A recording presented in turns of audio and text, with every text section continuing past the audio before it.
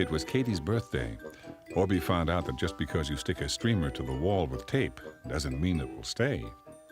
Katie found out that it's very hard to eat all your carrots when your birthday party starts in an hour. And they both discovered that sometimes balloons pop right in the middle of blowing them up.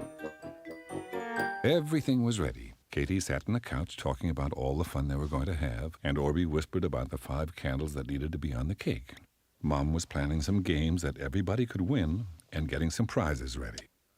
It took a long time to get to 2 o'clock, but at last it arrived. Katie ran to the door, but no one was there. She ran down the walk and looked both ways, but no one was in sight. Katie raced over to Orbie and told him that maybe her friends forgot it was today.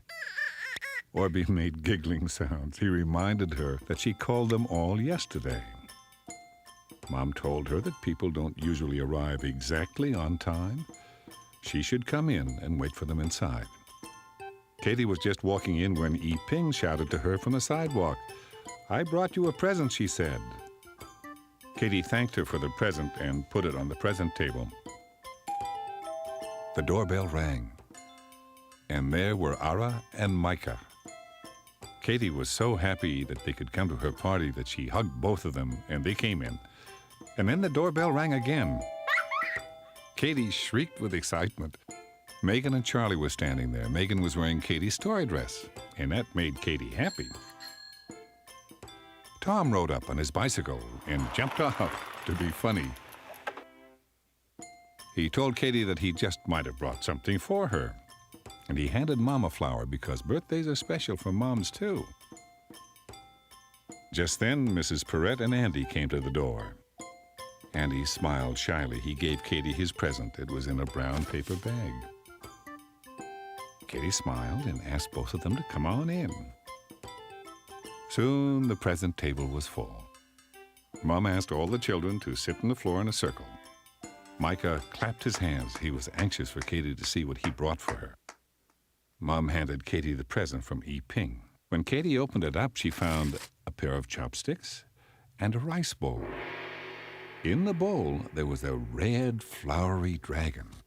Katie thanked Yi Ping very much, and everybody looked at it while Katie opened up the next gift. It was from Tom. It looked like a can of caramels, but when you pulled the lid off, a long snake-like thing sprung out. Surprise! Giggling, Katie stuffed it back in. Next came Mrs. Perrette's present. It came in 3 pieces. The first piece was a very fine paintbrush. The second piece was a palette for mixing colors. And the third was 3 small tins of paint. Katie hugged them. She was so happy. Micah pointed out that Mom hadn't passed down his present yet, so Mom gave it next. Inside the wrapping paper was a shiny raincoat that had dragon bumps all the way down the back, and a dragon head and face for the hat. Katie jumped up and tried it on right away. For that matter, so did Orbie and Yi Ping and Andy. Tom tried too, but he could only put it on his head. Katie loved it. Next came Ara's present. It was very small in the wrapping paper, but Ara told her that it would be too big to play with in this room. Everyone leaned forward to see what it was. It was a great big ball. It needed to be blown up. Mom gave it to Dad and told him to get busy blowing it up because they could all play with it in the garden when he was finished. Dad blew hard and crossed his eyes. Yi Ping thought he was the funniest dad ever. Megan and Charlie gave Katie a tape of their favorite music. Katie laughed and held the tape up high for everyone to see. Then Mom handed Katie Orbie's present. Orbie made all kinds of burbles and snorts of excitement as Katie took off the wrapping paper. Katie looked at it. It was a package of stars to put on the ceiling to make it look like the night sky. Katie hugged Orbie and gave him a big kiss. The last present was Andy's. There was no wrapping paper, and so Katie just pulled it out of the bag. It wasn't new, as a matter of fact. It looked like someone had played with it for a very long time. It was a racing car. Everybody looked at the dirty old racing car, and some of them didn't understand, but Katie spun its wheels, and it shot straight across the floor. "This is excellent," she said. "Thanks, Andy." Andy smiled. "You're welcome." Dad, who by this time was looking a little blue, told him that he would have to take the ball outside now. If he waited until it was blown up, it wouldn't go through the door. With that, everybody jumped up and headed out to the backyard. Mom stayed behind and picked up the wrapping paper. Orbie picked up the car. Orbie burbled his confusion about Andy's present. Why did Andy give Katie such an old toy for her birthday? Wasn't it supposed to be brand new? Mom sat on the couch. There are no rules with presents. Andy may have given Katie the best present of all. Orbie looked over at his stars.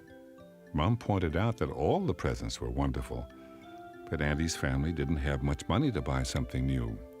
So Andy decided to give the very best thing he had, his favorite car. Orbie looked at the little car. Wouldn't Andy be sad without it? Mom told Orbie that Andy would be glad if Katie was happy to have it. And she was. Orbie spun its wheels for a minute. Then he began to understand. It wasn't long before Orbie was outside with the rest of the party guests. Tom organized a people pile. Orbie balanced the ball on top. Dad took a picture, and it looked like the ball was squishing everybody. All the time they played with the ball and Pin the Tail on the Donkey and Spooky in the Dark, Orbie kept thinking of Andy's favorite car. Even while he was eating the delicious chocolate fudge cake Dad made. It wasn't until Dad plopped a big red cherry on top of Orbie's ice cream that Orbie had a wonderful idea. Katie's party was terrific fun and was the best party that year except for Andy's. Katie and Orbie had a surprise party for him, and Orbie gave him the best, flashiest, spiffiest, fastest racing car he could buy.